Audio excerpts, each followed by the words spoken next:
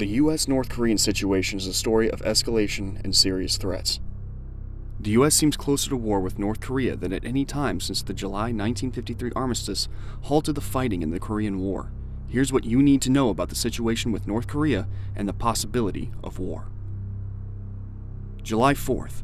North Korean dictator Kim Jong-un personally oversaw the launch of a Hwasong-14 ICBM, hailing it as a gift to the American bastards. North Korea claimed the missile could reach as far as Hawaii or Alaska, and that it was in response to Trump saying a North Korean missile would never make it to American soil. July 5th, the U.S. and South Korea launched a joint precision-guided missile test to show the possibility of a precision strike at the enemy leadership. The U.S. also released spy footage of Kim Jong-un walking around the Hwasong-14 launch site on July 4th to the North Koreans with the express purpose of sending the message to Kim that he could die at the hands of the U.S. at any time.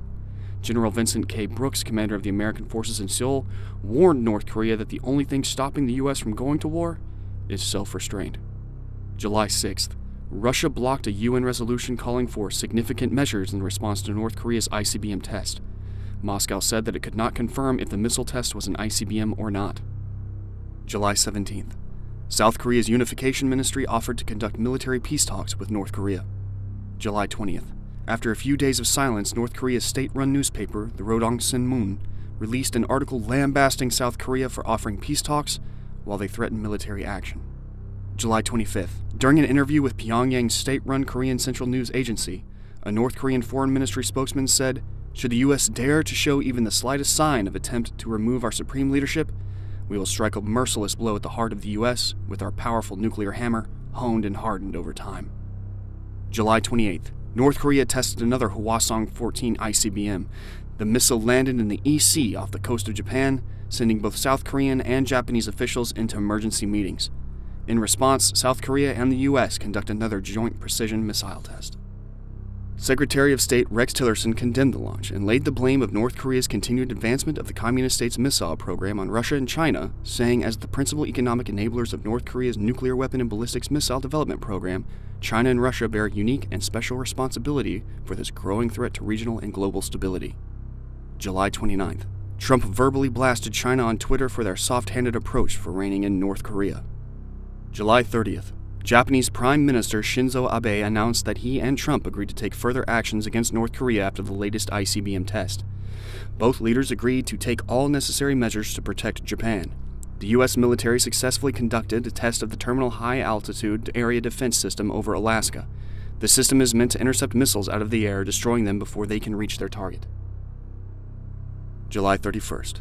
Two U.S. officials confirmed that the North Korean missile test on July 28th proved that the communist state was capable of hitting locations within the U.S., including Chicago and Denver.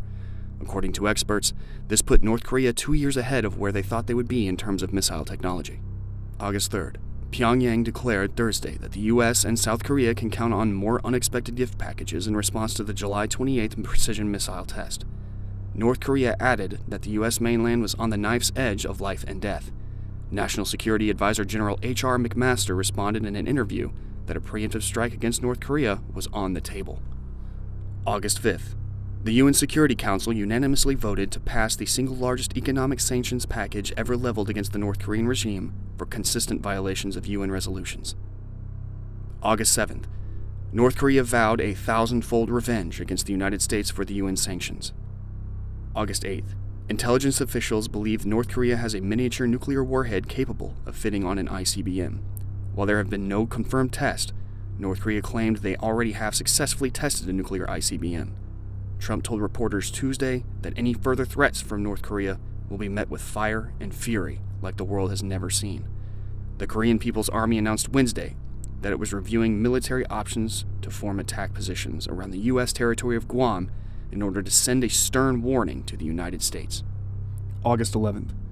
China tells North Korea that if it strikes the U.S. first, it would stand back and let Washington destroy it.